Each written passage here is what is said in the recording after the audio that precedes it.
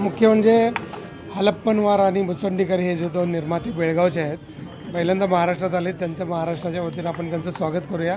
आणि त्यांनी हे अतिशय धैर्य दाखवलं की त्यांनी कॉमेडी पिक्चर मराठीत पण करायचं ठरवलं.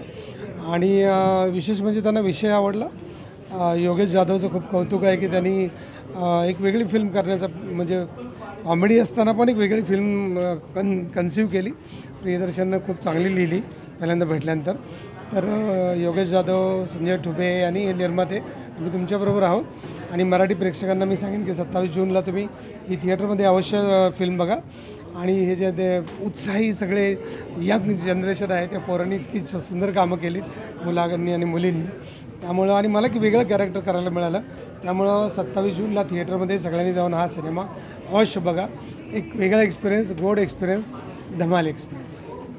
शुद्ध मराठी बोलणारा डॉन आहे. हां, म्हणजे मला पहिल्यांदा विलन करताना अशा पद्धतीचं एक ज्याला न्यूनगंड असतो आणि त्याला चॅलेंज बसतं लहानपणी, आणि तो कसं पार करतो आणि तो त्याचा व्यवसाय कसा शुद्ध पद्धतीनं करतो. आणि म्हणजे कसं म्हणतं ना, लवेबल, इनोसंट आणि तरी पण क्रूर असा विलन करायला मिळाला. अहमदाबादच्या दुर्घटनेनंतर बरेच आता विमानाबद्दल बरंच हे होतं की इंजिन बिघडत आहेत, बरंच काय काय होतं आहे.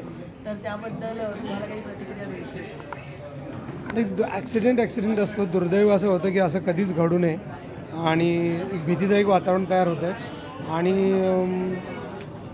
बऱ्याच गोष्टी आपल्या हातातच नसतात, त्यावेळेला काय करायचं असतं. कारण स्पेशली पायलट, क्रू आणि हे बाकी सगळे किती अवस्था वाईट. आणि ज्यांचे बसले ते जेवायला बसलेत आणि असं पडतं, तेव्हा परमेश्वर त्यांना शांती द्यावं.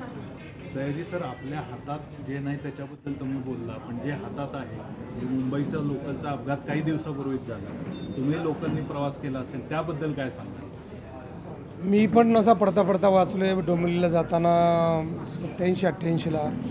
आणि प्रचंड माणसांचा रेटा, मनुष्य पॉप्युलेशन एवढं भयानक, आणि त्याला टक्कर देण्याची ताकद नसलेलं शासन अशा वेळेला काय करू शकतं, त्याची उदाहरण होतं की त्याला कसं न्याय द्यायचा आणि सिस्टीम कशी सुधारायची. हे हजारो वर्षापासून पडलेले प्रश्न कायमच भिजत पडलेले आहेत आणि ते चालूच राहतात. त्याच्यावर कशी मात करायची मला तरी अजून काही सुचलेलं नाही आहे. आणि कसं स्वतःच्या अंतःकरणापासून माणसानं कसं तयार व्हावं आणि सिस्टीमला सुधारण्याचा प्रयत्न करावा, एवढी इच्छा आहे. तुम्ही आत्ता एका मोठ्या राजकीय पक्षाशी निगडीत आहात, त्यामुळे तुम्ही तुमच्या माध्यमातूनही हा प्रश्न सोडवण्यासाठी प्रयत्न करू शकता. मी माझ्या पद्धतीनं तर मनुष्य जातीलाच ऑक्सिजनची गरज आहे आणि नेचरची गरज आहे.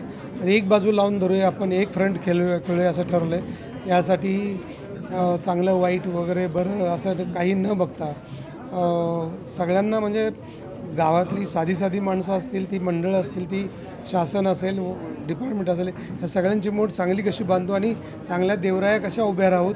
आणि अशा 100 देवराया तरी मी माझ्या आयुष्यात उभी करेन असं मला वाटते, जेणेकरून सगळ्या प्रजाती जिवंत राहतील.